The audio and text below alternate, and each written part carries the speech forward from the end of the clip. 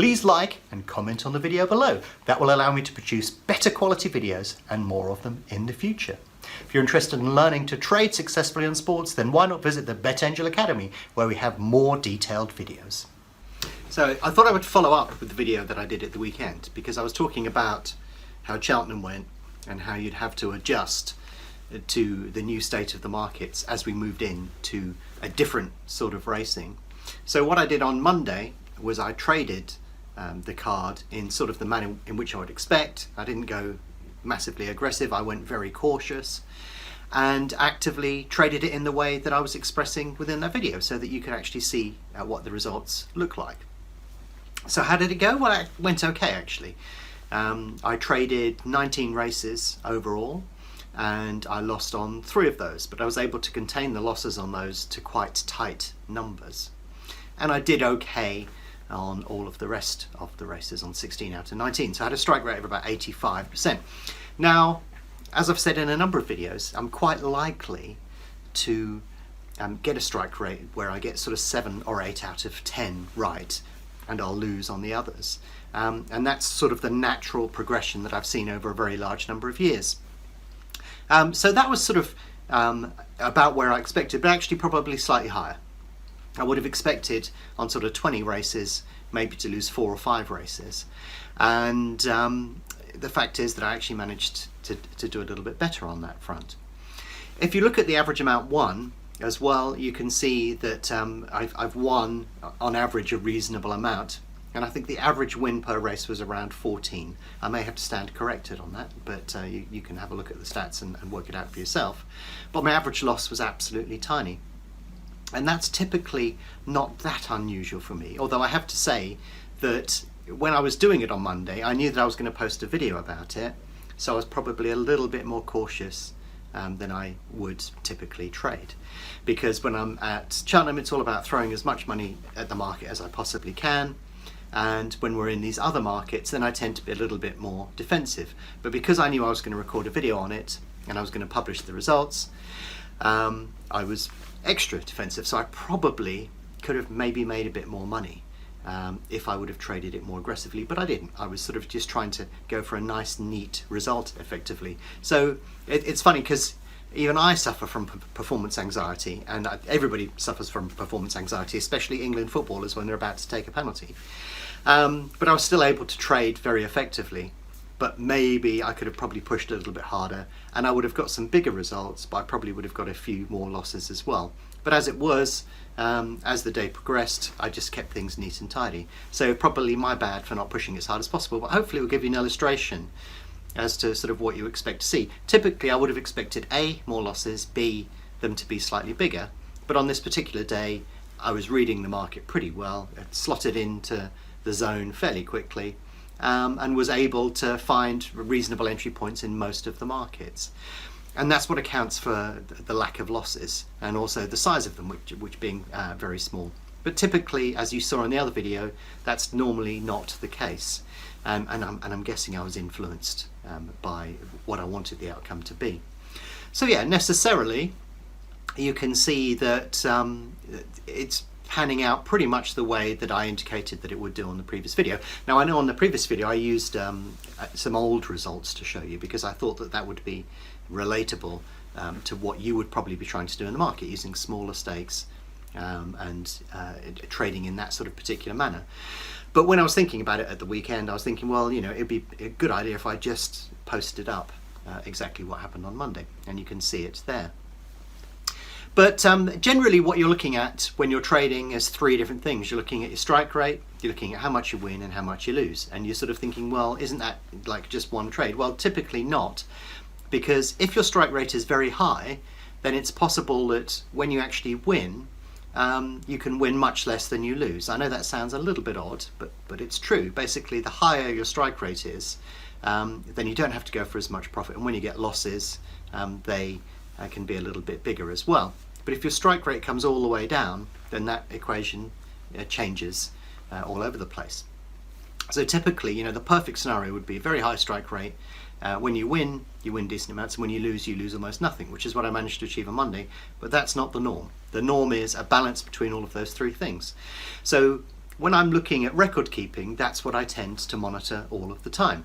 I'm looking at how often do I win, when I win, how much do I win, and then that itself will actually tell me how much I can afford to lose. And that's pretty much where I started trading.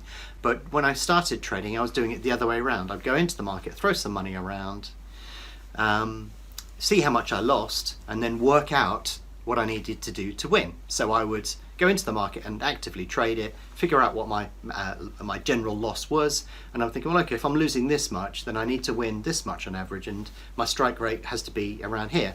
So strike rate is generally defined, and when I mention strike rate, it's the percentage of trades that you win against the percentage that you lose. But what I'm talking about when we talk about strike rate, it's predominantly defined by how good you are at picking positions within the market.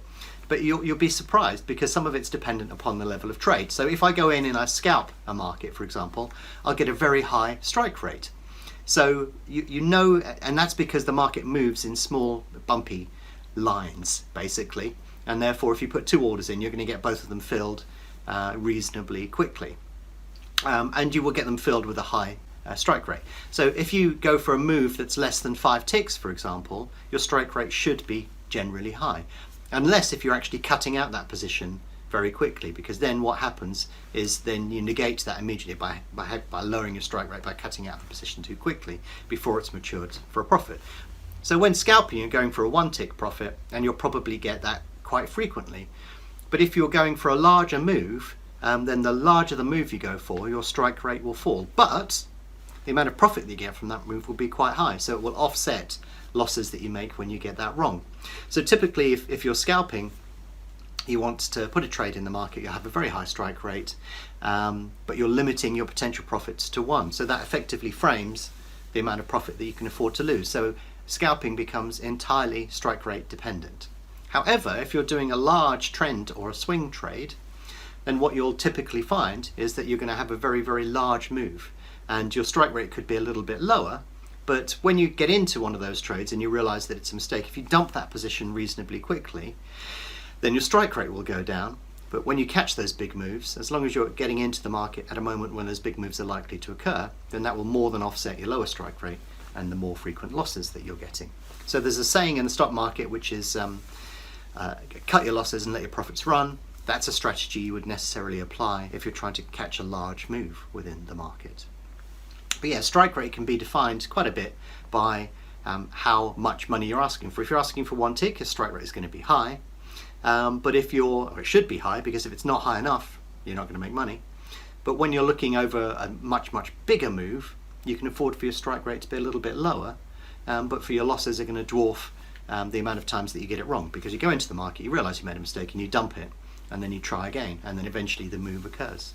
So yeah, successful trading is all about a combination of all those things. So what I do is I go into the exchange that I'm using, I'll download a spreadsheet of all of my activity over that particular day, and then I'll arrange that spreadsheet in such a manner that it has how often I won, how much I won when I did win, and how much I lost when I eventually lost.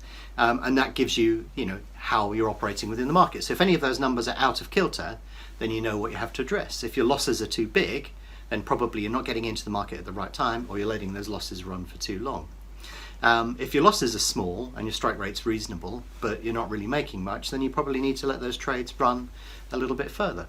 So it's the interaction between strike rate and the win and loss value that defines whether you're trading successfully or not. But if you don't keep any notes, then you'll never know what's generally going wrong. Is your strike rate only 30%? Is it 70%? How much are you winning in proportion to how much are you losing? That will guide you in terms of what you need to adjust in your particular trading. So you can see when I traded on Monday, I traded 19 races. I skipped a few of them because that was the easiest way to avoid a loss. I just looked at them and nothing sort of registered up here. I couldn't see an opportunity, so I just skipped over them. And that can be for any reason. You could be in a market that you recognize but nothing happens, or you could just look at the market and say, well, I don't know what's happening, and therefore the best thing to do is to avoid it. Too many people get involved in a trade simply because they want to make some money, and they don't think through whether there is an opportunity to do something there or not. So yeah, if you look at what I did on Monday, that's typically what I'll sort of be doing around the weaker parts of the card and the weaker parts of the week at certain times of the year. But as the quality improves, then I get a little bit more aggressive and those numbers begin to rise. So I do increase and lower my stake according to what I expect to see, according to how I expect it to trade and exactly what I'm trading. And you can see that in comparison to what I was doing at Cheltenham last week, it's a dramatic change. But there's no way I could do what I did at Cheltenham last week, and if I did what I'm doing now at Cheltenham, then I wouldn't earn anything. So I have to flex in and out of that over the course of the year. But the fact is that P&L from Monday is what's going to make up 80% of the year, and the remaining 20% will be much bigger opportunities at bigger events, on bigger days, at bigger races, and so on. So I hope that that's given you an insight as to how you're likely to trade and what you're likely to see, and how trading in a week like this week and how trading on Monday was very different from how I traded Cheltenham last week.